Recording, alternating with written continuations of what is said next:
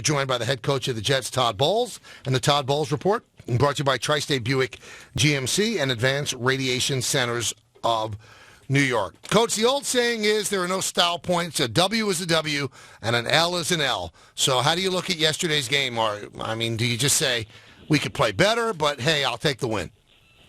Well, you definitely take the win. You definitely take the win. It's easier to correct the mistakes when you win than when you lose. And there are no easy games in this league. Cleveland's jumped out on quite a few people this year, and they just haven't closed the deal. And, we were in some fourth-quarter games this year at the beginning of the season that we lost. So you definitely take the win any way you can get it. Sounds like you're getting a little heat for your potty mouth in the post-game press conference.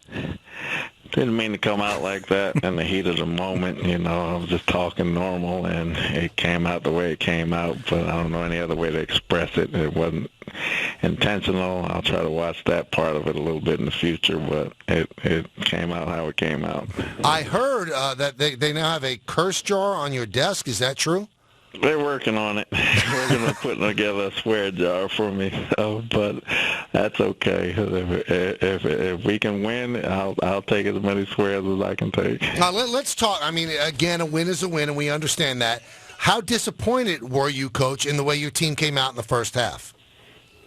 I was disappointed in some of the plays. The offense never really got going. The play here or play there. Defensively, we gave up 2 plays in the first half that should have never happened. And from that standpoint, you're disappointed, but at the same time, you can correct the things to get better. And we just had to play with more fire than we played with in the first half.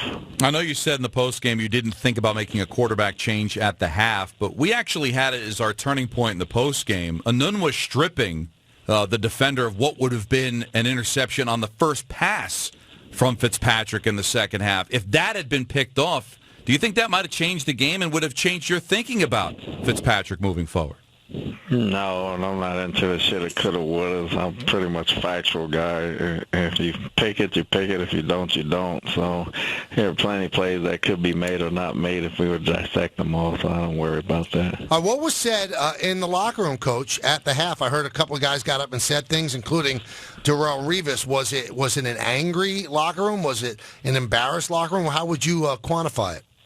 Probably more of a pissed-off locker room, knowing we could play better, and we didn't play better in the first half, and about everybody just doing their jobs. Hey, you're doing the job running the football, Coach, so it's probably not something you need to dissect too deeply, but when Bilal Powell's been getting the ball, he's been productive. Have you been surprised by that, and would you try to work him in more if he continues to be this productive? Oh, Bilal's a good back. We have different packages and different situations that we see to get him the ball in those situations, and I think it's a good 1-2 punch to where we're going now with Matt carrying half and Bilal carrying the other half. Let's talk defense for a moment, Coach. Pro Football Focus comes out and says that Revis was targeted 16 times, 10 completed passes, and he was rated 53rd out of all cornerbacks in football yesterday. Are you concerned with Darrelle and the way he's playing? No, they threw a couple smokes and completed on them. That's when you have a run play and you have too many guys at the line and you just pick up and throw the out route, which and then you have to tackle those. But so you have to eat those. There probably was 2 plays that I remember, 2 or 3 plays. One was a 10-yard out, and there was another 8-yard one that got completed on them. But there was nothing down the field that we were worried about, so that was fine. You can get the smoke routes. That's normal on certain calls. Coach, I know you're not one to divulge a ton about your personal feelings and how you're doing, but the last couple weeks you get a couple wins over teams that aren't fantastic. But this is a tough league, and you know better than anyone that you don't perform, you end up without a job. Regardless of how the wins looked, it's got to make you feel a little bit better to just be racking up a couple wins here. Well, it's good anytime you win in this league. Like you said, it's tough to win in this league, and the fact that we won 2 in a row, no matter how you get them, we figured out a way to lose them, so nobody worries about how you lose them, so we don't worry about how we win them. You win them, and you're happy for a day, and then you keep moving, get going with the next week's opponent. You wouldn't reveal until pretty much we got the inactives who your backup quarterback was going to be. What were some of the reasons that it took a while and ultimately deciding on Bryce to be backing up Ryan? Well, Bryce had a little more experience, and you want them to go through the week of practice. Plus, you want to keep the other team guessing a little bit. So if they can guess and try to have some extra work or try to do something extra, you never take a chance not to do that. You probably are a great poker player because you really don't show your hand that much. I'm just wondering when... I wish I knew how to play poker. Well, you'd be really good at it. If when Fitzpatrick's helmet came off and he had to leave the game for a moment and he ended up not missing a play, what did you feel? What was going through your mind?